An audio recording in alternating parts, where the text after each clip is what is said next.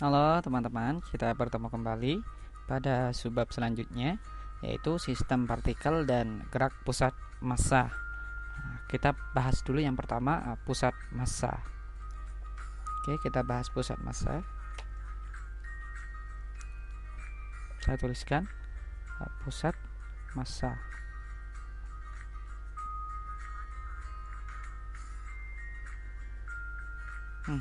Oke, kita tahu dalam gerak translasi ataupun gerak rotasi itu akan terdapat satu titik yang dapat mewakili pergerakan seluruh partikel atau titik-titik penyusunnya.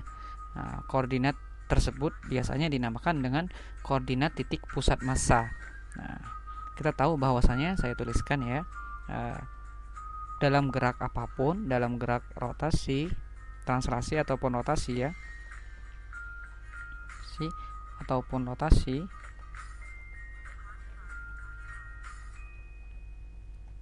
pada suatu benda ya, pada benda akan terdapat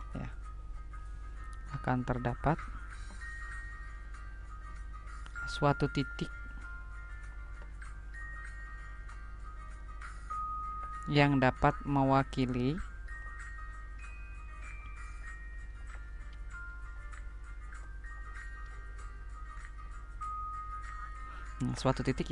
pergerakan seluruh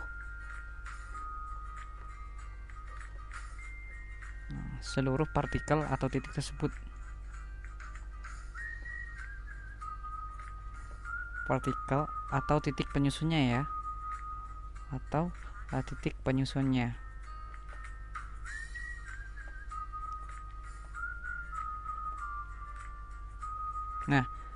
Koordinatnya biasanya kita tuliskan, misalkan dalam satu dimensi, dalam dimensi X ya, maka dapat saya tuliskan X pusat massa itu akan sama dengan M1 massa pertama, massa partikel pertama dikalikan partikel posisinya pada X partikel pertama ya, tambah dengan M2 posisinya pada X2 nya, M2 M3 M3 X3 ditambah dengan Mn ya, sampai dengan ke N Xn,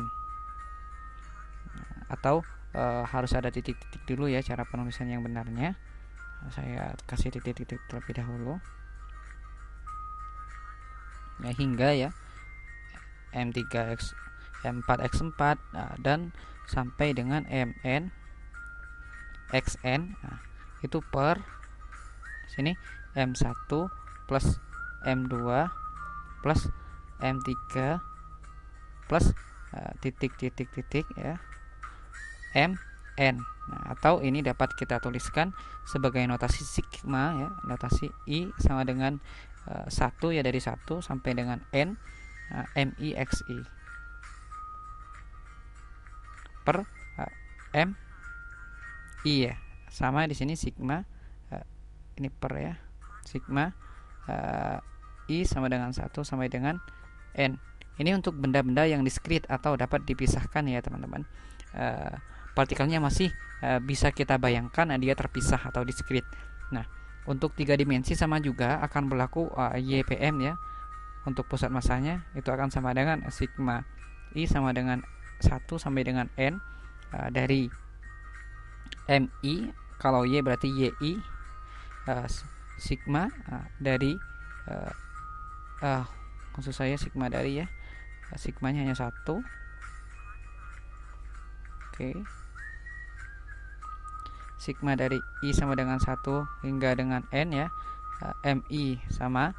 Kemudian untuk Z pusat massa ya, itu akan sama dengan sigma dari I sama dengan 1 sampai dengan N ya, Mi Zi per sigma dari I sama dengan 1 sampai dengan N Mi. Di sini akan kita dapatkan persamaan, 3 persamaan yang itu X pusat massanya sama dengan sigma I sama dengan 1 sampai dengan N Mi Xi per sigma I sama dengan 1 sampai dengan N Mi. Kemudian Y pusat massanya adalah ini dan Z pusat massanya adalah ini. Itu untuk partikel yang diskrit. Kemudian untuk partikel masih dalam pusat massa ya, untuk pusat massa, untuk pusat massa yang terdistribusi secara kontinu ya, yang terdistribusi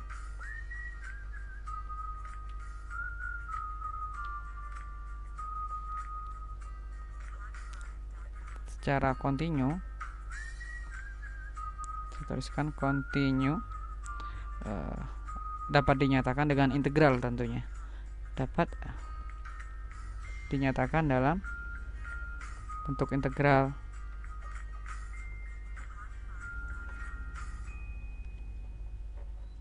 Maka persamaannya akan sama dengan X pusat massanya dengan integral lagi tadi X dm ya, X dm per integral dm ya.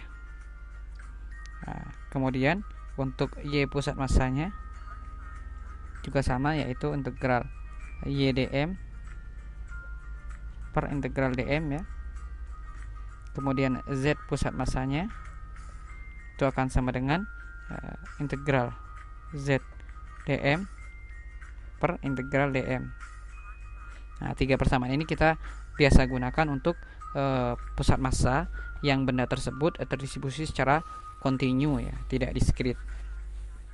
Nah, kemudian kita akan membahas mengenai gerak pusat massa ya. Lantas bagaimana untuk gerak pusat massa? Gerak pusat massa.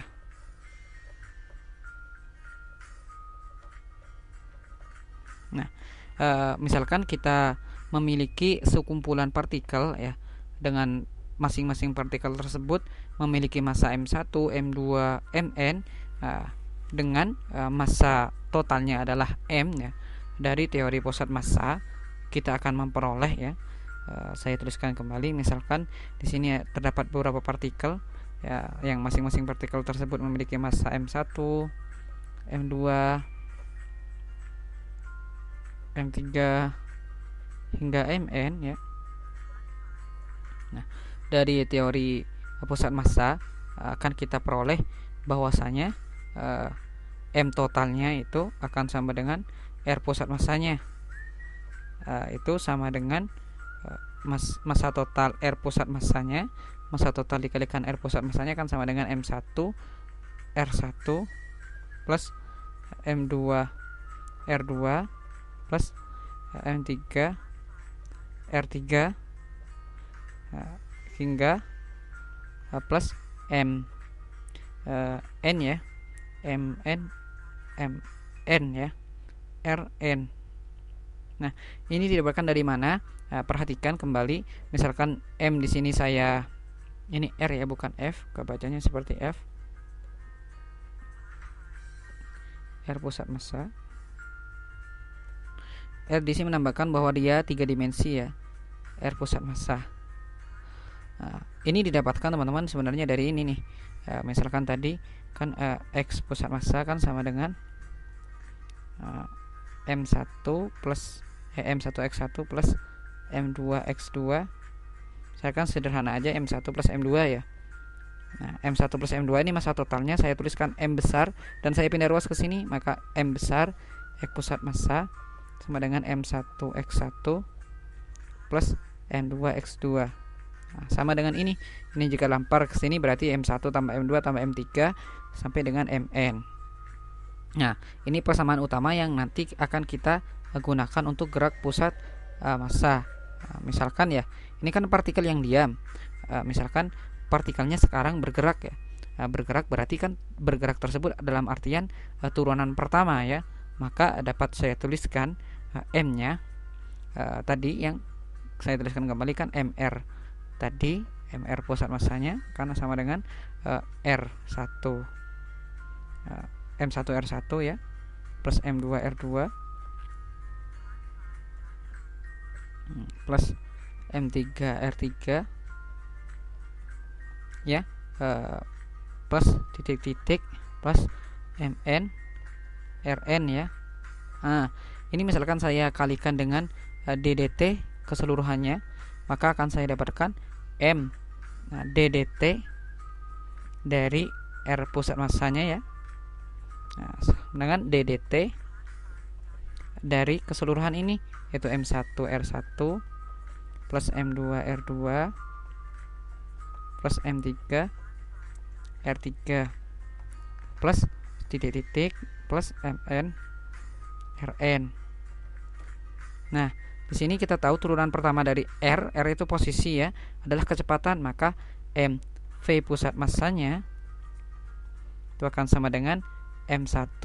Nah, ini juga diturunkan, M-nya konstan ya, jadi keluar jadi V1 plus M2 V2 plus M3 V3 plus titik-titik plus MN Vn.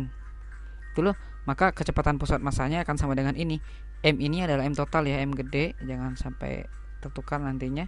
Kemudian misalkan lagi ini saya kalikan lagi dengan DDT, maka akan saya dapatkan di sini MA. Maka DDT dari V yaitu A ya, A pusat massa, akan sama dengan M1 A1 plus M2 A2 vektor ya keseluruhannya plus M3 A3 plus titik-titik plus MN AN. Nah, dari hal ini maka akan berlaku hukum Newton ya, yang kedua, yang MA ini adalah hukum Newton. Maka saya tuliskan di situ bahwasanya MA itu M1 kali A1 kan berarti F1 plus F2 plus F3 ya plus titik-titik plus Fn ya sampai gaya ke N. Maka di situ gaya internal yang muncul ya saling menghilangkan, maka tersisa hanya gaya eksternalnya. Maka saya tuliskan MA pusat massanya itu akan sama dengan seluruh F eksternal. Nah, oke, itu untuk perumusan gerak pusat massa.